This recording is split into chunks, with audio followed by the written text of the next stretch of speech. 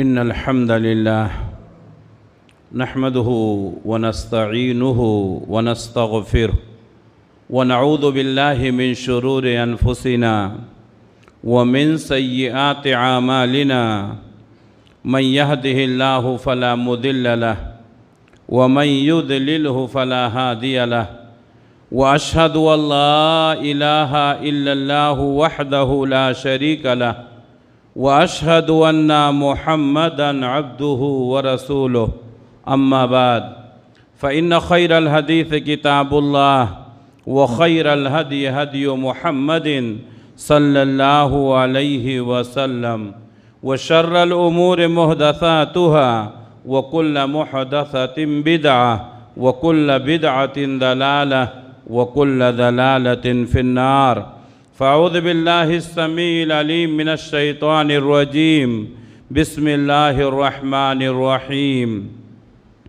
قاف والقرآن المجيد بل عجبوا أن جاءهم منذر منهم فقال الكافرون هذا شيء عجيب أئذا متنا وكنا ترابا ذلك رجع بعيد قد علمنا ما تنقص الأرض منهم وعندنا كتاب حفيظ بل كذبوا بالحق لما جاءهم فهم في أمر مريج يا أيها الذين آمنوا اتقوا الله حق تقاته ولا تموتن إلا وأنتم مسلمون يا أيها الناس اتقوا ربكم الذي خلقكم من نفس واحدة وخلق منها زوجها وبث منهما رجالا كثيرا ونساء واتقوا الله الذي تساءلون به والأرحام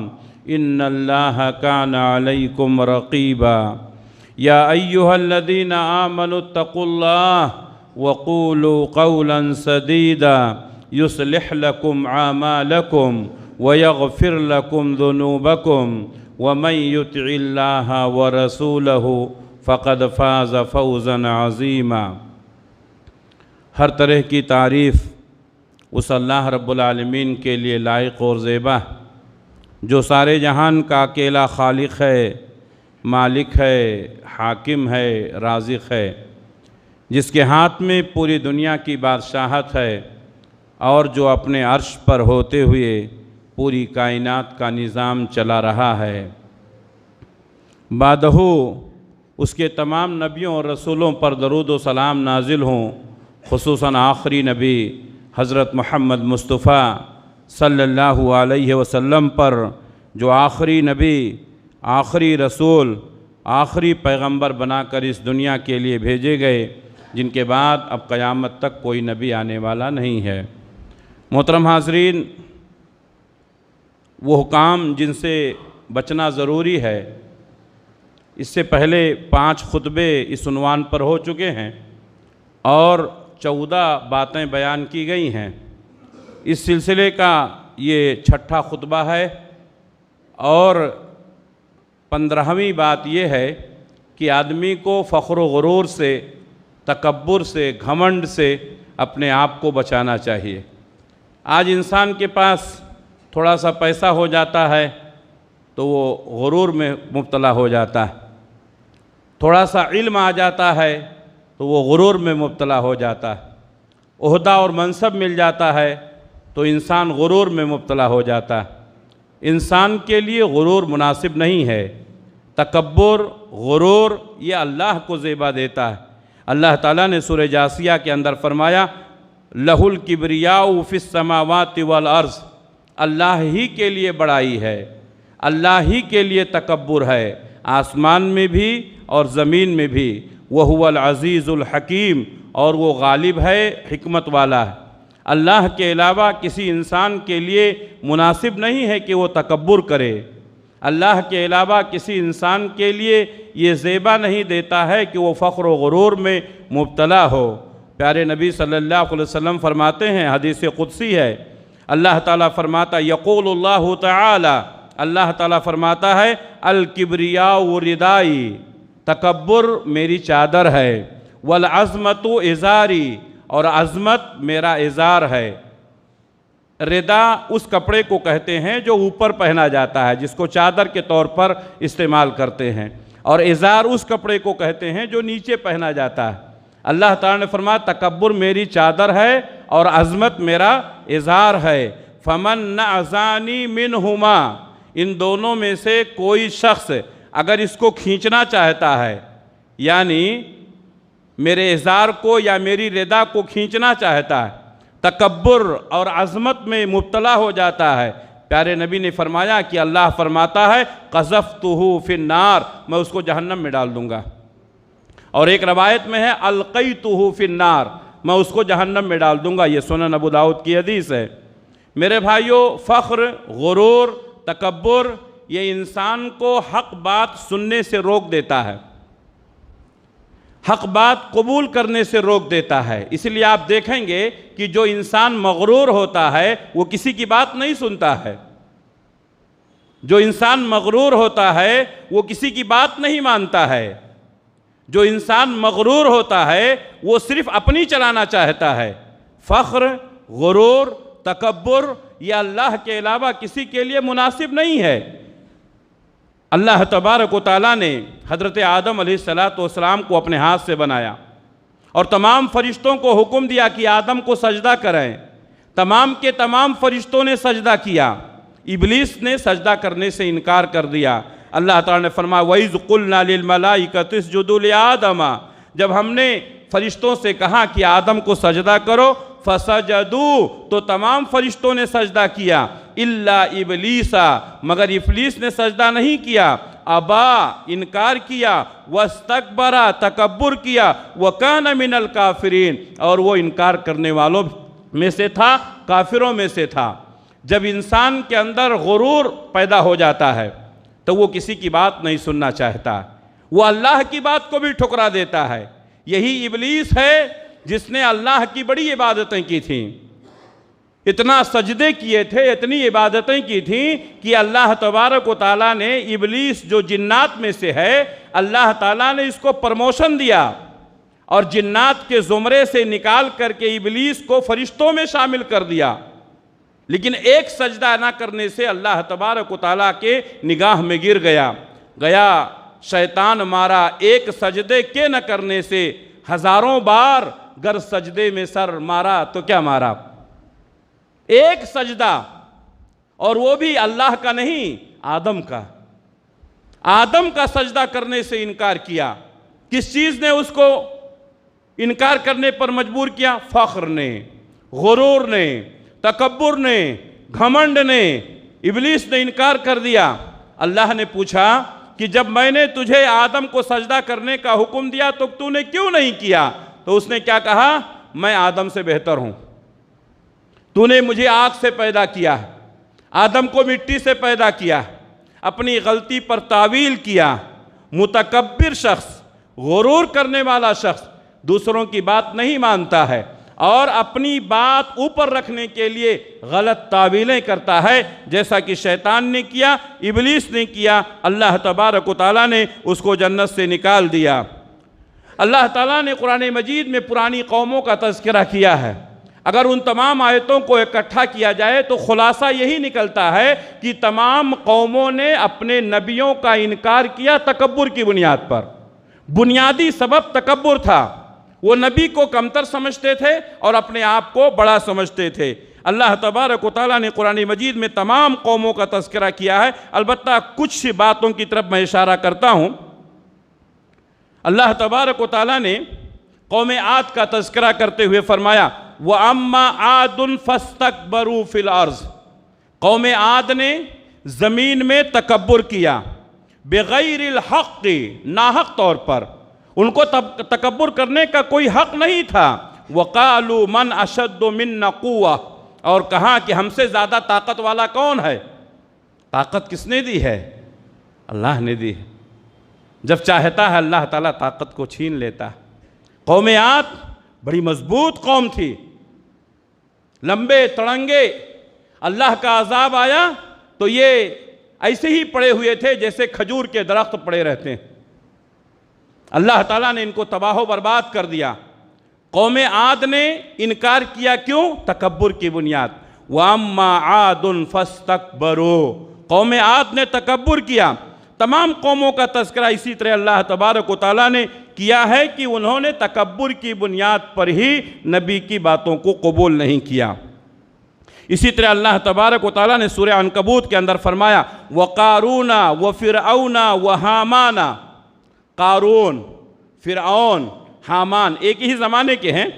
وَقَارُونَ وَفِرْعَوْنَ وَحَامَانَ لَقَدْ جَاءَهُمْ مُوسَىٰ، ان کے پاس موسیٰ علیہ السلام آئے بالبینات، دلائل کو لے کر کے، فَاسْتَكْبَرُوا فِي الْأَرْضِ، انہوں نے زمین میں تکبر کیا، وَمَا كَانُوا سَابِقِينَ، یہ مجھ سے آگے جانے والے نہیں ہیں، یعنی میری پکڑ سے بچ نہیں سکتے ہیں۔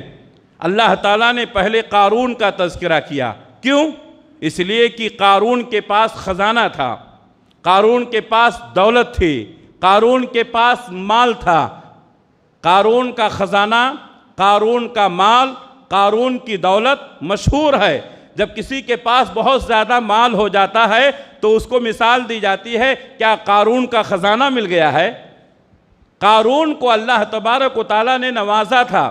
قارون باہر نکلا، بہترین لباس پہنا، تکبر کرتے ہوئے، اکڑتے ہوئے چلا، اور اس کے دل میں یہ خیال پیدا ہوا کہ میرے برابر کوئی نہیں ہے۔ قرآن مجید میں اللہ تعالیٰ نے فرمایا کہ اسی وقت اللہ تعالیٰ نے اس کو پکڑ لیا، زمین میں دھنسا دیا۔ زمین میں دھنس رہا ہے، پیارے نبی کی حدیث ہے کہ آج تک قارون دھنس رہا ہے اور قیامت تک دھنستا رہے گا۔ قارون جس کے خزانے کی مثال دی جاتی ہے، جب اللہ کا عذاب آیا تو قارون کا خزانہ اللہ کے عذاب سے قارون کو بچا نہیں سکا۔ اللہ تبارک و تعالیٰ نے سب سے پہلے قارون کا تذکرہ کیا، اس کے بعد وہ فرعون کا تذکرہ کیا۔ قارون کے اندر جو تکبر پیدا ہوا مال کی وجہ سے، اور فرعون کے اندر جو تکبر پیدا ہوا وہ عہدے کی وجہ سے، منصب کی وجہ سے، حکومت کی وجہ سے۔ معلوم یہ ہوا کہ مال کا نشہ یہ حکومت سے بھی زیادہ خطرناک ہوتا ہے۔ فرعون نے موسیٰ علیہ السلام کی قوم پر، بنی اسرائیل پر ظلم کیا، ان کو غلام بنا کر کے رکھا اور ان کی عورتوں کو باندی بنا کر کے رکھا، ظلم کیا۔ حضرت موسیٰ علیہ السلام نے جب اپنی قوم کی رہائی کی دہائی لگائی تو فرعون نے کہا میرے سامنے تو گفتگو کر رہا ہے، میرے سامنے تو بات کر رہا ہے، تیری حیثیت تجھے نہیں معلوم ہے، میرے دربار میں تیری پرورش ہوئی ہے۔ میرے بھائیوں، یہ فخر، یہ غرور، یہ تکبر فرعون کو لے ڈوبا۔ آپ غور کریں، حضرت موسیٰ علیہ السلام اپنی قوم بنی اسرائیل کو لے کر جا رہے ہیں، اللہ کے حکم کے مطابق رات کے اندھیرے میں نکلے، سامنے دریا ہے، دریا میں پانی بھرا ہوا ہے۔ موسیٰ علیہ السلام اس وقت کے انتہائی کمزور انسان ہیں، انتہائی کمزور انسان ہیں، اور فرعون اس وقت کا انتہائی مضبوط انسان ہے۔ لیکن اللہ تبارک و تعالیٰ نے دریا کو حکم دیا کہ موسیٰ علیہ السلام کے لیے اور ان کی قوم کے لیے دریا راستہ بنا دے۔ چنانچہ حضرت موسیٰ علیہ السلام نے اپنی لاٹھی کو دریا پر مارا اور اس میں بہترین راستہ بن گیا۔ حضرت موسیٰ علیہ السلام اپنی پوری قوم کو لے کر کے دریا کے پار اتر گئے، جبکہ انتہائی کمزور تھے۔ فرعون وقت کا سب سے مضبوط انسان، جس کے پاس حکومت ہے، جس کے پاس قوت ہے، جس کے پاس طاقت ہے، جس کے پاس عہدہ اور منصب ہے، جس کے پاس فوج اور لشکر ہیں، فرعون اکڑتے ہوئے گیا اور کہا کہ آج موسیٰ کو اور اس کی قوم کو ہماری پکڑ سے کون بچا سکتا ہے؟ میرے بھائیوں، انتہائی قوت اور طاقت والا ہونے کے باوجود بھی اللہ تعالیٰ نے فرعون کو دریا میں غرق کر دیا، اس کی پوری قوم کو غرق کر دیا۔ تکبر انسان کو برباد کر دیتی ہے، تکبر انسان کو تباہ و برباد کر دیتی ہے۔ آج بہت سارے انسان فخر و غرور میں مبتلا ہیں، ہمیں توبہ کرنی چاہیے۔ تکبر نہ قارون کو بچا سکا اور نہ فرعون کو بچا سکا۔ وحامانا، تیسرے نمبر پر اللہ نے حامان کا ذکر کیا۔ یہ حامان فرعون کا مشیر تھا، یہی حامان ہے جس سے فرعون نے کہا تھا کہ اے حامان عالی شان محل بنا جو فلک بوس ہو، اور ہم اس محل پر اس سیڑھی پر چڑھ کر کے موسیٰ کے رب کو دیکھ لیں۔ مذاق اڑایا تھا، اللہ تبارک و تعالیٰ نے تباہ و برباد کر دیا۔ وقارون وفرعون وحامان، اور قارون، فرعون، حامان، وَلَقَدْ جَاءَهُمْ مُوسَى بِالْبَيِّنَاتِ، موسیٰ علیہ السلام ان کے پاس دلائل کو لے کر کے آئے۔ فَاسْتَكْبَرُوا فِي الْأَرْضِ، لیکن انہوں نے زمین میں تکبر کیا۔ وَمَا كَانُوا سَابِقِينَ، یہ مجھ سے آگے جانے والے نہیں تھے، ہم نے ان کو پکڑ لیا۔ فرعون کو بھی، حامان کو بھی، قارون کو بھی، سب کو ہم نے تباہ و برباد کر دیا۔ اللہ کے نبی صلی اللہ علیہ وسلم فرماتے ہیں لا يدخل الجنة من كان في قلبه مثقال ذرة من کبر، جس انسان کے دل میں ذرہ کے برابر بھی تکبر پیدا ہوا وہ جنت میں نہیں جائے گا۔ ذرہ کسے کہتے ہیں؟ ذرہ کی تعریف میں علماء نے بہت ساری باتیں لکھی ہیں، لیکن جو سب سے مناسب اور صحیح بات ہے وہ یہ ہے کہ آپ کسی اندھیرے گھر میں بیٹھ جائیں اور باریک سوراخ ہو، اور اس سوراخ سے سورج کی روشنی آتی ہو، سورج کی روشنی میں جو ذرات چمکتے ہیں وہ ذرہ ہے، جس کو آنکھیں دیکھ نہیں سکتی ہیں، جس کو ہاتھ پکڑ نہیں سکتے ہیں، اسی کو ذرہ کہا جاتا ہے۔ ہمارے نبی نے فرمایا ذرہ کے برابر بھی اگر کسی کے دل میں تکبر پیدا ہو گیا وہ جنت میں نہیں جا سکتا۔ آج انسان، اللہ رحم کرے، کتنا تکبر ہے ہمارے اندر، اللہ ہم سب کے اوپر رحم فرمائے، ہم سب کو توبہ کی توفیق عنایت فرمائے۔ میرے بھائیوں، پیارے نبی نے فرمایا ذرہ برابر بھی کسی کے اندر تکبر پیدا ہوا وہ جنت میں نہیں جا سکتا۔ صحابہ گھبرا گئے، صحابہ پریشان ہو گئے، کہا اے اللہ کے رسول، ایک شخص پسند کرتا ہے کہ اس کے جوتے اچھے ہوں، اس کا کپڑا اچھا ہو اور اس کا لباس اچھا ہو، تو پیارے نبی صلی اللہ علیہ وسلم نے فرمایا ان اللہ جمیل یحب الجمال، اللہ خوبصورت ہے، خوبصورتی کو پسند کرتا ہے۔ الکبر بطر الحق وغمط الناس، صحیح مسلم کی حدیث ہے۔ الکبر بطر الحق وغمط الناس، تکبر ہے لوگوں کو حقیر سمجھنا، حق بات کا انکار کر دینا۔ جب آدمی اپنے آپ کو بڑا سمجھنے لگے اور کسی کو خاطر میں نہ لائے تو یہی تکبر ہے۔ اچھے کپڑا پہننا تکبر نہیں ہے، اچھے لباس پہننا، اچھے جوتے پہننا یہ تکبر کی بات نہیں ہے، بلکہ وہ لباس، وہ جوتے، وہ چیزیں جو انسان کو فخر و غرور میں مبتلا کر دیں وہ تکبر ہے۔ اور انسان تکبر میں جب مبتلا ہوتا ہے تو حق بات کا انکار کر دیتا ہے۔ انسان کہاں کہاں تکبر کرتا ہے، مال و دولت پر تکبر کرتا ہے، جیسا کہ قارون نے کیا۔ ہمارے پاس تو کچھ نہیں ہے لیکن پھر بھی گھمنڈ، غرور کتنا ہے، اللہ ہم سب کے اوپر رحم فرمائے۔ اسی طریقے سے فوج اور طاقت پر، ایک قوم، ایک ملک جس کے پاس فوج ہے، جس کے پاس طاقت ہے، وہ اپنے علاوہ کسی کو نہیں سمجھتی ہے۔ مظلوموں کے اوپر ظلم کر دینا، کمزوروں کو ستانا، لوگوں کو تباہ و برباد کر دینا، لوگوں کی زمین اور جائیداد پر قبضہ کر لینا، یہ کس کا کام ہے؟ وہ حکومتیں جو پاور میں ہیں، جن کے پاس طاقت ہے، جن کے پاس فوج ہے، جن کے پاس عہدہ اور منصب ہے، یہ چیزیں انسان کو فخر اور غرور میں مبتلا کر دیتی ہیں۔ لیکن یاد رکھو، غرور اور تکبر انسان کو مٹا دیتا ہے، حکومتوں کو برباد کر دیتا ہے۔ اسی طریقے سے جس کے پاس حسن و جمال ہو، بہت سارے لوگ اپنی حسن اور خوبصورتی پر بھی تکبر میں مبتلا ہوتے ہیں۔ اللہ نے آپ کو حسین بنایا، اللہ کا شکر ادا کیجئے۔ کسی کالے کو دیکھ کر کے، کسی ناٹے کو دیکھ کر کے انسان اپنے آپ کو بڑا سمجھنا لگتا ہے۔ اللہ تبارک و تعالیٰ کی تخلیق پر مذاق اڑاتا ہے، دوسروں کو حقیر سمجھتا ہے۔ اسی طریقے سے انسان کو عہدہ اور منصب مل جاتا ہے، اس پر بھی تکبر کرتا ہے۔ تکبر کی ایک شکل یہ ہوتی ہے کہ انسان اپنے خاندان پر، ہماری برادری، ہمارا خاندان، ہماری نسل سب سے اچھی ہے۔ میرے بھائیوں، اللہ کے نبی صلی اللہ علیہ وسلم نے فرمایا جس کا عمل اس کو پیچھے کر دے، اس کا نسب اس کو آگے نہیں کر سکتا۔ یہ خاندان، یہ برادری، یہ نسل، یہ سب پہچان ہیں، اس سے انسان کی کوئی بڑائی نہیں ہے۔ اللہ تبارک و تعالیٰ خاندان کی بنیاد پر، نسل کی بنیاد پر، برادری کی بنیاد پر کسی کو جنت میں نہیں داخل کرے گا، عمل کی بنیاد پر۔ وَجَعَلْنَاكُمْ شُعُوبًا وَقَبَائِلَ لِتَعَارَفُوا إِنَّ أَكْرَمَكُمْ عِنْدَ اللَّهِ أَتْقَاكُمْ۔ اللہ نے فرمایا ہم نے مختلف قبیلے بنائے، مختلف گروہ بنایا، مختلف نسلوں میں لوگوں کو پیدا کیا۔ یہ ایک پہچان ہے، یہ فلاں برادری کا ہے، یہ فلاں برادری کا ہے، یہ ایک تعارف کے لیے ہے۔ لیکن اللہ کے نزدیک باعزت کون ہے؟ جو صاحب تقویٰ ہیں۔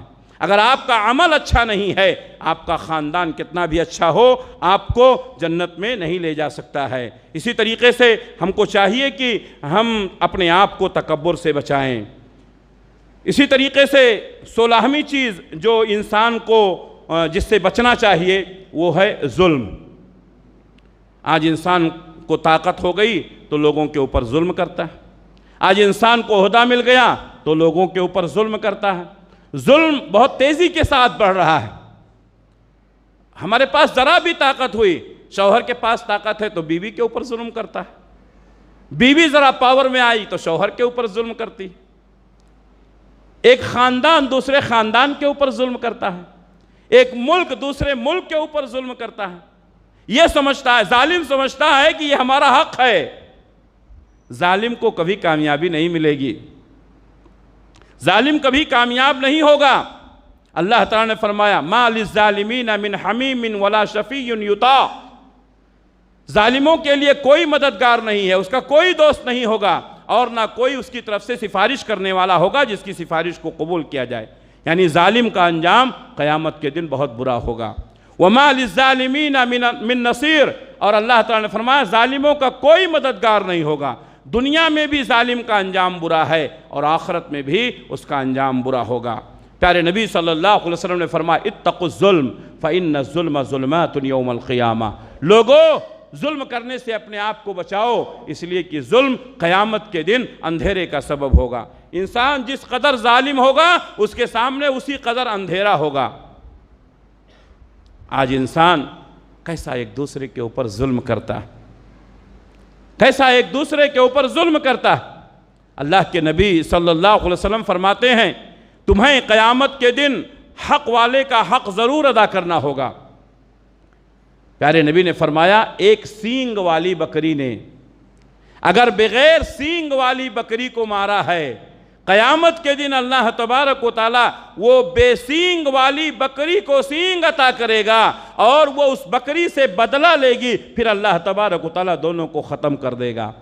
جب ایک معمولی جانور، ایک معصوم جانور بکری، اگر ایک بکری نے دوسرے بکری کے اوپر ظلم کیا تو اللہ تبارک و تعالیٰ اس کو بدلہ دلائے گا، تو ہمارا اور آپ کا انجام کیا ہوگا؟ اللہ نے ہمیں عقل دی ہے، اللہ نے ہمیں شعور دیا ہے، اللہ نے ہمیں علم دیا ہے، اللہ نے ہمیں سوچنے سمجھنے کی صلاحیت دی ہے، اللہ تبارک و تعالیٰ نے ہمیں اچھے اور برے کی پہچان دی ہے۔ اتنا علم رکھنے کے باوجود بھی اگر کوئی آدمی کسی کے اوپر ظلم کرتا ہے تو کیا اللہ برداشت کرے گا؟ نہیں برداشت کرے گا۔ آج معصوموں کے اوپر ظلم کیا جا رہا ہے، آج کمزوروں کے اوپر ظلم کیا جا رہا ہے، اور ظالم اپنے ظلم کی انتہا تک پہنچا ہوا۔ پیارے نبی صلی اللہ علیہ وسلم نے فرمایا بڑے بڑے ظلم چھوڑو، ظلم کرتے ہوئے ایک شخص نے اگر کسی کی ایک بالشت زمین بھی حاصل کر لی، قیامت کے دن اللہ تبارک و تعالیٰ 7 زمینوں کا طوق اس کے گلے میں ڈال دے گا اور کہے گا کہ تو اسی زمین کے لیے مرتا تھا۔ وہ 7 زمینوں کا طوق اس کے گلے میں ڈال دیا جائے گا، وہ انسان دھنستا ہوا چلا جائے گا۔ میرے بھائیوں، آج ہماری حالت کیا ہے؟ لوگوں کی زمین، لوگوں کی جائیداد، لوگوں کی پراپرٹیاں ہم قبضہ کیے ہوئے بیٹھے ہیں اور سمجھتے ہیں یہ ہمارا حق ہے، یہ ظلم ہے، ظلم ہے، ظلم ہے۔ ظالم دنیا میں بھی کامیاب نہیں ہوگا، آخرت میں بھی کامیاب نہیں ہوگا۔ اگر ہمارے پاس کسی کا حق ہے، ہم نے کسی کا حق دبا لیا ہے، آج اٹھیں، نماز کے بعد جائیں، اس کا حق اس کے حوالے کر دیں۔ کل قیامت کے دن کی ذلت اور رسوائی سے یہ بہتر ہے کہ ہم حق والوں کا حق اس کے حوالے کر دیں۔ میرے بھائیوں، اسی طریقے سے پیارے نبی صلی اللہ علیہ وسلم فرماتے ہیں کہ اللہ تبارک و تعالیٰ ظالم کو مہلت دیتا ہے، ظالم جو ظلم کرتا ہے سمجھتا ہے کہ یہ ظلم نہیں ہے، کیوں؟ اس لیے کہ اللہ کی پکڑ ابھی نہیں آئی ہے، اللہ کی پکڑ ابھی نہیں آئی ہے۔ اللہ تبارک و تعالیٰ ظالم کو مہلت دیتا ہے، کیوں؟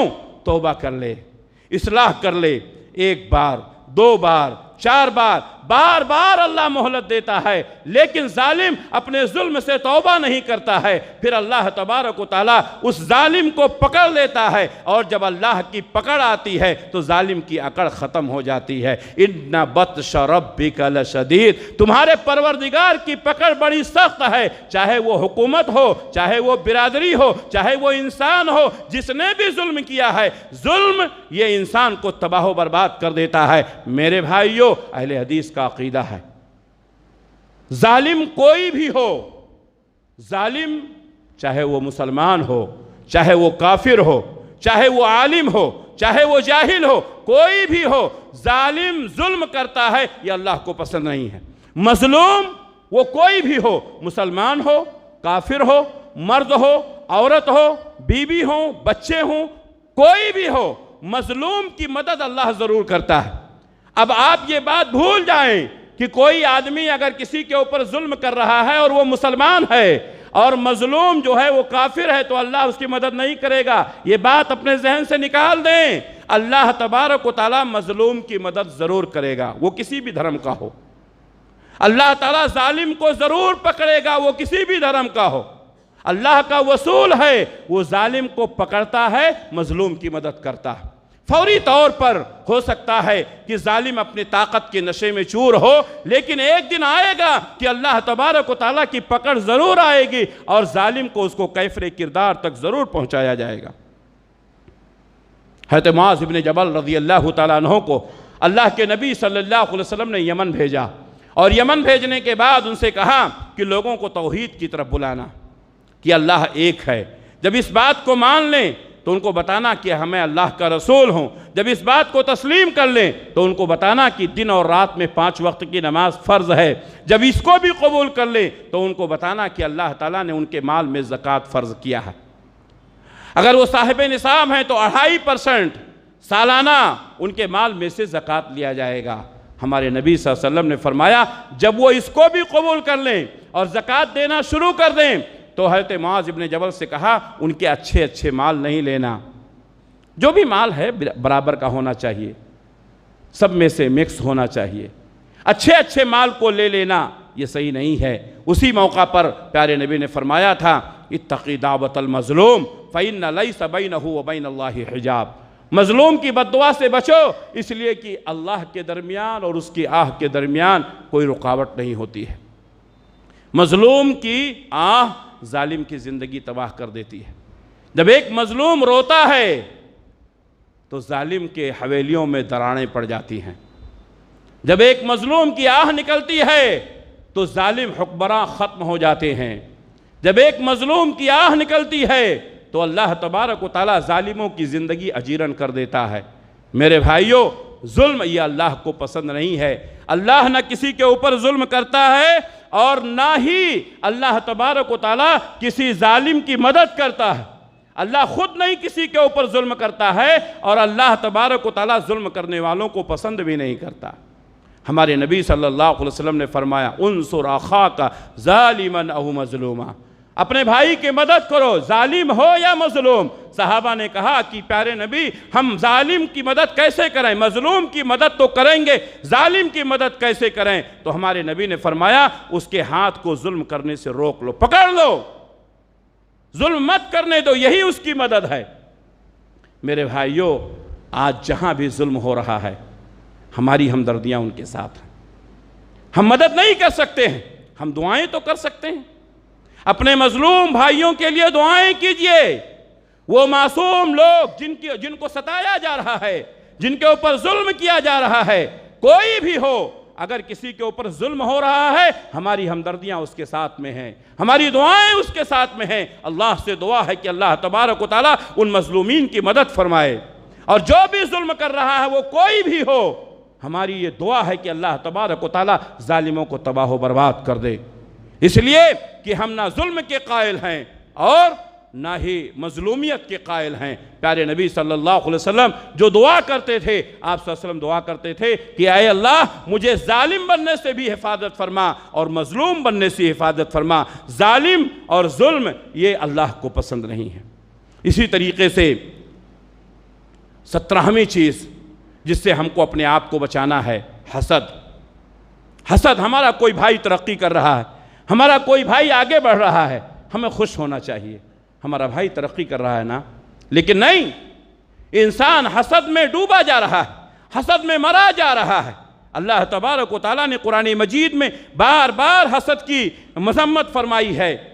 ام یحسدون الناس علی ما آتاہم اللہ من فضلہ، کیا لوگ اس بات پر حسد کرتے ہیں جو اللہ تبارک و تعالیٰ نے ان کو اپنا فضل دیا ہے؟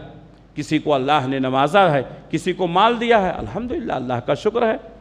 کسی کو اللہ نے طاقت دی ہے، الحمدللہ اللہ کا شکر ہے، ہمارا بھائی مضبوط ہو رہا ہے۔ افراد سے جماعت بنتی ہے، جماعت سے ملت بنتی ہے۔ اگر افراد مضبوط ہوں گے جماعت مضبوط ہوگی، جماعت مضبوط ہوگی تو ملت مضبوط ہوگی۔ ایک آدمی بھی مضبوط ہے تو جماعت مضبوط ہو رہی ہے، ایک جماعت مضبوط ہو رہی ہے تو ملت مضبوط ہو رہی ہے۔ اس لیے لوگوں کو مضبوط ہوتے ہوئے دیکھ کر کے حسد نہ کریں۔ حسد کرنے والا اللہ کی تقسیم پر ناراض ہوتا ہے۔ اگر کسی نے کسی کو، اللہ نے کسی کو کچھ دیا ہے تو کس نے دیا ہے؟ اللہ نے دیا۔ اللہ نے کسی کو مال دے دیا، اگر ہم اس سے حسد کرتے ہیں تو حقیقت میں اللہ سے حسد کرتے ہیں کہ اللہ نے اس کو کیوں دے دیا۔ اللہ نے کسی کو عہدہ اور منصب دیا ہے، ہم اس سے حسد کرتے ہیں تو ہم اس سے نہیں حسد کرتے ہیں، اللہ سے حسد کرتے ہیں کہ اللہ نے اس کو عہدہ اور منصب کیوں دے دیا۔ میرے بھائیوں، حاسد اصل میں محسود سے نہیں حسد کرتا ہے، اللہ سے حسد کرتا ہے۔ ہمارے نبی نے فرمایا لا تحاسدوا ولا تباغضوا، مسلمانوں آپس میں حسد نہ کرو، آپس میں ایک دوسرے سے بغض نہ رکھو، کونوا عباد اللہ اخوانا، بھائی بھائی بن کر رہو، ایک دوسرے کا ساتھ دو، ایک دوسرے کے ساتھ مل جل کر رہو۔ میرے بھائیوں، اسلام حسد سے منع کرتا ہے۔ ابھی ابلیس کا واقعہ میں نے بتایا، حضرت آدم علیہ السلام کو تمام فرشتوں نے سجدہ کیا، ابلیس نے کیوں نہیں کیا؟ حسد کی بنیاد پر، حسد کی بنیاد پر۔ آدم کو اتنا اونچا مقام کیوں مل گیا؟ حسد میں جل بھن اٹھا، سجدہ نہیں کیا۔ نتیجہ کیا ہوا؟ اللہ تبارک و تعالیٰ نے جنت سے نکال دیا۔ میرے بھائیوں، آدم علیہ السلام کے دو بیٹے قابیل اور حابیل، ان دونوں نے قربانی دی۔ حابیل کی قربانی قبول ہو گئی، قابیل کی نہیں ہوئی۔ قابیل اپنے سگے بھائی سے حسد کرنے لگا، نتیجہ کیا ہوا؟ قابیل نے حابیل کو قتل کر دیا۔ حسد انسان کو کہاں تک پہنچا دیتا ہے؟ سگے بھائی نے اپنے بھائی کو حسد کی بنیاد پر قتل کر دیا۔ جب قابیل نے حابیل کو قتل کر دیا، لاش پڑی ہوئی ہے اپنی بھائی کی، سگے بھائی کی، پریشان ہوا کیا کریں؟ فبعث اللہ غرابا، اللہ تبارک و تعالیٰ نے کوا بھیجا۔ اللہ اکبر! اللہ تعالیٰ انسان کو کیسا علم دیتا ہے، دیکھیے، کوا آیا اور اس نے زمین کو کھودا۔ پوری تاریخ اللہ تعالیٰ نے قرآن مجید میں بیان کی ہے، پڑھیے، یہ قرآن پڑھیے، زندگی میں انقلاب آ جائے گا۔ لیکن ہم نے قرآن پڑھنا چھوڑ دیا، ہم نے قرآن سمجھنا چھوڑ دیا۔ کوے کو بھیجا اللہ نے، کوے نے زمین کھودا۔ قابیل نے جب دیکھا تو اس کوے سے عبرت اور نصیحت حاصل کی، چنانچہ اس کوے کے زمین کھودنے کو دیکھ کر کے قابیل نے زمین کھودی اور اپنے بھائی حابیل کو اس میں دفن کیا۔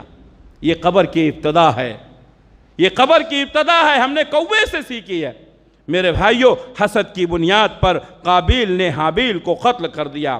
یوسف علیہ السلام پیغمبر ہیں، آپ کے والد حضرت یعقوب علیہ السلام پیغمبر ہیں، ان کے والد اسحاق علیہ السلام پیغمبر ہیں، ان کے والد ابراہیم علیہ السلام پیغمبر ہیں۔ یہ پیغمبروں کا خاندان ہے۔ حضرت یوسف علیہ السلام کو اللہ نے حسین بنایا، خوبصورت بنایا۔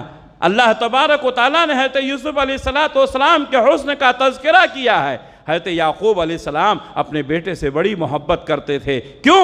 حضرت یوسف علیہ السلام نے خواب میں دیکھا تھا کہ 11 ستارے، سورج اور چاند ان کو سجدہ کر رہے ہیں۔ جب اپنے والد سے کہا تو کہا، بیٹا تمہاری شان بڑی نرالی ہے، لیکن ایک بات بتاتا ہوں، اپنے بھائیوں سے اس کا تذکرہ مت کرنا۔ پہلے سے بھی محبت تھی، لیکن خواب کے بعد محبت اور زیادہ ہو گئی۔ یعقوب علیہ السلام یوسف سے بڑی محبت کرنے لگے، لیکن جب بھائیوں نے دیکھا کہ باپ یوسف سے زیادہ محبت کرتا ہے، یہ حسد سے جل بھن اٹھے۔ نتیجہ کیا ہوا؟ ان لوگوں نے پلان بنایا کہ یوسف کو قتل کر دیا جائے۔ میرے بھائیوں، سگے بھائیوں نے، ایک ہی باپ کی اولاد اپنے بھائی کو قتل کرنے کا پروگرام بنا رہے ہیں۔ قابیل نے حابیل کو قتل کر دیا، کس بنیاد پر؟ حسد کی بنیاد پر۔ یوسف کے بھائیوں نے یوسف کے اوپر ظلم کیا، حسد کی بنیاد پر۔ باپ کو تیار کیا، بڑی مشکل سے تیار ہوئے، یوسف علیہ السلام کو قتل کرنے کے لیے لے گئے، لیکن بھائیوں میں اختلاف ہو گیا۔ ایک بھائی نے کہا اگر ہم اس کو اپنے راستے سے ہٹانا چاہتے ہیں تو قتل کرنے کی کیا ضرورت ہے، اس کو کنویں میں ڈال دیں۔ اللہ تعالیٰ نے پوری تفصیل بیان کی ہے، اس واقعے میں نہیں جانا چاہتا ہوں۔ یہ کون کیا تھا؟ دوسری برادری کے لوگ کیے تھے، دوسری قوم کے لوگ کیے تھے، دشمن لوگ کیے تھے؟ نہیں، گھر کے لوگ کیے تھے، سگے بھائی لوگ کیے تھے۔ اللہ تبارک و تعالی حاسدین سے ہماری حفاظت فرمائے۔ سگے بھائیوں نے یوسف علیہ السلام کو لے جا کر کے کنویں میں ڈال دیا۔ میرے بھائیوں، جب انسان کے اندر حسد پیدا ہو جاتا ہے تو نہ وہ اپنے بھائی کو دیکھتا ہے، نہ اپنی بہن کو دیکھتا ہے، نہ اپنے باپ کو دیکھتا ہے، نہ اپنی ماں کو دیکھتا ہے۔ حسد یہ ایک ایسی بری چیز ہے۔ ایاکم والحسد فإن الحسد یأکل الحسنات کما تأکل النار الحطب۔ لوگوں اپنے آپ کو حسد سے بچاؤ، اس لیے کہ حسد انسان کی نیکیوں کو ایسے ہی کھا جاتا ہے جیسے آگ لکڑیوں کو کھا جاتی ہے۔ حسد یہ بہت بری بیماری ہے، یہ دلوں کی بیماری ہے۔ آج بہت سارے لوگ کسی کے علم کو دیکھ کر کے کوئی حسد کر رہا ہے، کسی کے مال کو دیکھ کر کوئی حسد کر رہا ہے، کسی کی ترقی کو دیکھ کر کے کوئی حسد کر رہا ہے، کسی کے بہترین گھر کو دیکھ کر کوئی حسد کر رہا ہے، کسی کی بہترین گاڑی کو دیکھ کر کوئی حسد کر رہا ہے۔ ارے بھائی، ہم کیوں پریشان ہیں؟ ہمیں بھی اللہ سے دعا کرنی چاہیے، جو اللہ ان کو دیا ہے وہ ہمیں بھی دے گا۔ اللہ سے مانگیے، دینے والا اللہ ہے، روزی کا مالک اللہ ہے، اس لیے اللہ سے مانگو۔ جب انسان کے اندر حسد پیدا ہو جاتی ہے تو انسان نیکیوں سے محروم ہو جاتا ہے، اس کو آگے بڑھنے کی تمنا اور جستجو نہیں رہتی ہے، وہ صرف پریشان رہتا ہے کہ سامنے والے کو کیسا نیچا کرے، سامنے والے کو کیسا زیر کرے۔ اپنی فکر نہیں رہتی ہے، غیروں کی فکر رہتی ہے۔ میرے بھائیوں، ایسی حسد انسان کو تباہ و برباد کر دیتا ہے۔ ایاکم والحسد فإن الحسد یأکل الحسنات کما تأکل النار الحطب۔ لوگوں اپنے آپ کو حسد سے بچاؤ، اس لیے کہ حسد انسان کی نیکیوں کو ایسے ہی برباد کر دیتا ہے جیسے آگ لکڑیوں کو کھا جاتی ہے۔ پیارے نبی صلی اللہ علیہ وسلم نے جب لوگوں کو دعوت دی، مکہ کے لوگوں نے آپ کی بات کو قبول نہیں کیا۔ کیوں؟ حسد کی بنیاد پر۔ یہودیوں نے آپ کو نبی نہیں مانا، کیوں؟ حسد کی بنیاد پر۔ نبوت کا سلسلہ جو حضرت اسحاق کے خاندان میں چل رہا تھا، حضرت ابراہیم کے دو بیٹے تھے، ایک کا نام اسحاق، دوسرے کا نام اسماعیل۔ حضرت اسحاق علیہ السلام کی نسل میں بنی اسرائیل کے تمام انبیاء پیدا ہوئے۔ یہ نبوت کا سلسلہ اسحاق کے خاندان سے چلا۔ اللہ کے نبی صلی اللہ علیہ وسلم کون سے خاندان سے پیدا ہوئے؟ اسماعیل کے خاندان سے۔ جب یہودیوں نے دیکھا کہ یہ اسماعیل کے خاندان سے پیدا ہوئے ہیں، اللہ نے فرمایا وہ آپ کو ایسے ہی پہچانتے ہیں جیسے اپنے بچوں کو پہچانتے ہیں۔ ہماری اپنی اولاد ہزاروں اور لاکھوں کے درمیان ہو، کیا کوئی باپ اپنی اولاد کو نہیں پہچانے گا؟ ضرور پہچانے گا۔ اللہ نے فرمایا یہ آپ کو ایسے ہی پہچانتے ہیں جیسے اپنی اولاد کو پہچانتے ہیں، لیکن پھر بھی آپ کی نبوت اور رسالت کو ماننے سے انکار کر دیتے ہیں۔ کیوں؟ حسد کی بنیاد پر۔ نبوت اور رسالت کا سلسلہ جو اسحاق کے خاندان میں چل رہا تھا، اسماعیل کے خاندان میں کیسے آ گیا؟ ارے بھائی، اللہ نے دیا۔ حضرت ابراہیم علیہ السلام نے دعا کی تھی کہ اے اللہ، آخری پیغمبر جو ہو میری نسل سے ہو۔ میرے بھائیوں، یہ ہے حسد جو انسان کو مجبور کر دیتا۔ آپ صلی اللہ علیہ وسلم ہجرت کر کے مکہ سے مدینہ آئے تو مدینہ کے منافقین نے بھی آپ کی باتوں کو ماننے سے انکار کر دیا۔ پہلے، بعد میں جب دیکھا کہ نبی صلی اللہ علیہ وسلم کے ماننے والوں کی تعداد بڑھ رہی ہے تو منافقین نے ایک نیا طریقہ اپنایا، زبان سے کلمہ پڑھیں گے، جسمانی طور پر آپ سے مل کر رہیں گے، لیکن دلوں میں نفرت رہے گی۔ یہ نفاق، یہ رئیس المنافقین عبداللہ ابن ابی، نبی صلی اللہ علیہ وسلم کو مانا لیکن آپ کو تسلیم نہیں کیا۔ یہ نفاق انسان کے دل میں پیدا ہوتی ہے حسد کی بنیاد پر۔ آپ صلی اللہ علیہ وسلم جب مدینہ گئے تو صحابہ نے کہا کہ اے اللہ کے رسول، عبداللہ ابن ابی جو بہت پریشان ہیں، آپ اس سے پریشان نہ ہوں، یہ پریشان ہونے کا حق ہے اسے۔ کیوں؟ آپ کی آمد سے پہلے اس کو مدینے کا سردار بنا دیا گیا تھا، اس کا تاج تیار ہو گیا تھا اور اس کی تاج پوشی ہونے والی تھی، مدینے کا سردار اس کو ایک دم کنفرم کیا جانے والا تھا، لیکن اسی دوران آپ مدینے تشریف لے آ گئے اور اس کا سردار بننے کا معاملہ جو تھا وہ کھٹائی میں پڑ گیا، اس لیے یہ آپ سے حسد کرنے لگا، اس لیے یہ آپ سے نفرت کرنے لگا۔ بظاہر مسلمان ہو گیا تھا لیکن دل سے نبی سے نفرت کرتا تھا۔ بہت سارے مسلمان ہیں جو زبان سے کلمہ پڑھتے ہیں لیکن دلوں میں نفاق چھپائے ہوئے ہیں۔ اللہ تبارک و تعالی ہمیں ان سے محفوظ رکھے، ان سے حفاظت فرمائے۔ اللہ تعالیٰ فخر سے، غرور سے، تکبر سے، گھمنڈ سے، انانیت سے، اللہ تبارک و تعالیٰ ظلم سے، حسد سے ہماری حفاظت فرمائے۔ یہ وہ برائیاں ہیں جن سے بچنا انسان کے لیے ضروری ہے، ورنہ ہماری دنیا اور آخرت دونوں تباہ ہو جائے گی۔ اللہ سے دعا ہے کہ اللہ رب العالمین ہم تمام لوگوں کو برائیوں سے بچنے کی توفیق عنایت فرمائے، بھلائی اور نیکی کا کام کرنے کی توفیق عنایت فرمائے۔ اللہ جب تک ہم کو دنیا میں رکھے، اسلام پر قائم رکھے، خاتمہ ہو تو ایمان بالخیر پر ہو۔ ربنا تقبل منا انك انت السميع العليم وتب علينا انك انت التواب الرحيم برحمتك يا ارحم الراحمين آمين۔